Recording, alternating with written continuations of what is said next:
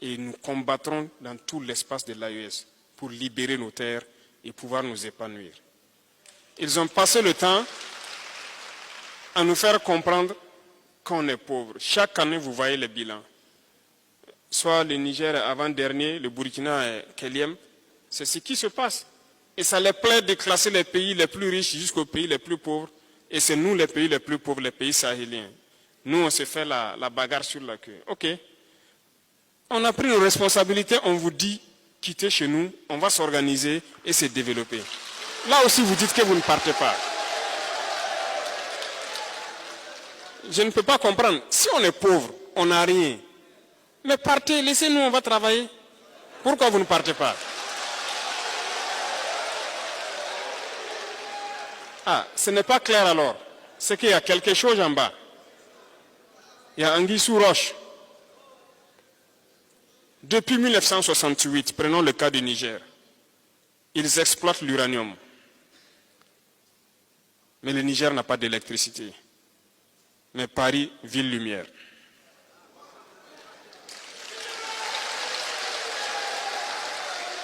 C'est normal ça. Mais laissez-nous, on va se développer, on va se débrouiller avec notre uranium aussi. On saura quoi faire.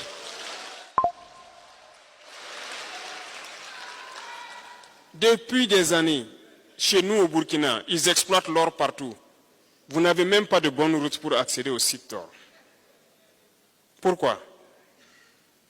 Ok, maintenant, nous savons exploiter l'or. Je ne sais pas pourquoi nous donnons même des permis à des multinationales venant de ces pays-là. On va exploiter notre or nous-mêmes. On a déjà lancé, on va commencer, on va le faire. Nous sommes toujours en train de réorganiser et d'équiper l'armée. Nous ne sommes pas arrivés au niveau que nous voulons. Mais nous contrôlons la situation, nous maintenons le cap, mais nous allons monter en puissance parce que les équipements vont venir, les effectifs vont s'accroître. Nous allons faire la bataille. Ça, c'est sûr.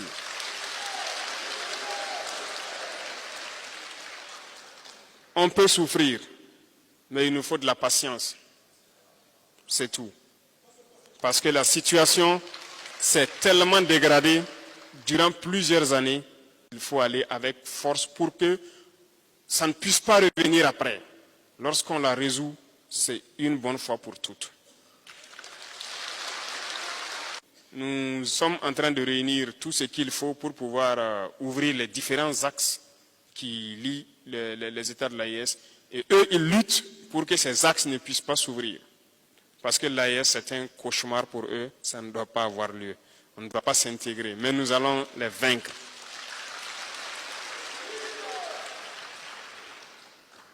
En tout cas, vous avez beaucoup attendu. Je ne peux pas égayer tous les sujets, mais sachez une chose, sur tous les volets, il y a des combats à mener. Vous êtes les garants de ce qui va s'écrire demain. C'est vous qui devrez tout faire pour que jamais on fasse machine arrière. Ce n'est même pas possible. C'est un chemin de non-retour, comme l'a dit le colonel Goïta la dernière fois, et nous comptons sur vous. Soyez solidaires de vos frères nigériens, soyez des ambassadeurs du Burkina Faso ici. Il faut que cette solidarité s'exprime sur tous les plans. Nous savons ce que le peuple nigérien endure. Nous faisons tout ce que nous pouvons faire pour diminuer cette souffrance-là. Mais c'est un peuple résilient. Ceux-là qui nous font souffrir comme ça, je parie que leur peuple ne peut pas supporter ce que les Nigériens ont supporté.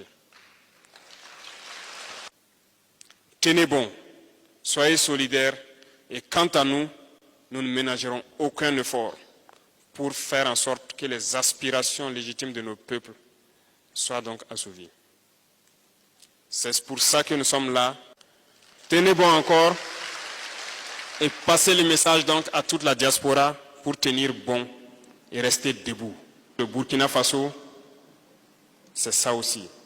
Ce sont ces gens qui sont battus pour nous laisser cette terre et nous avons le devoir de nous battre pour la génération à venir. Grand merci à tous. La patrie ou mort, nous vaincrons.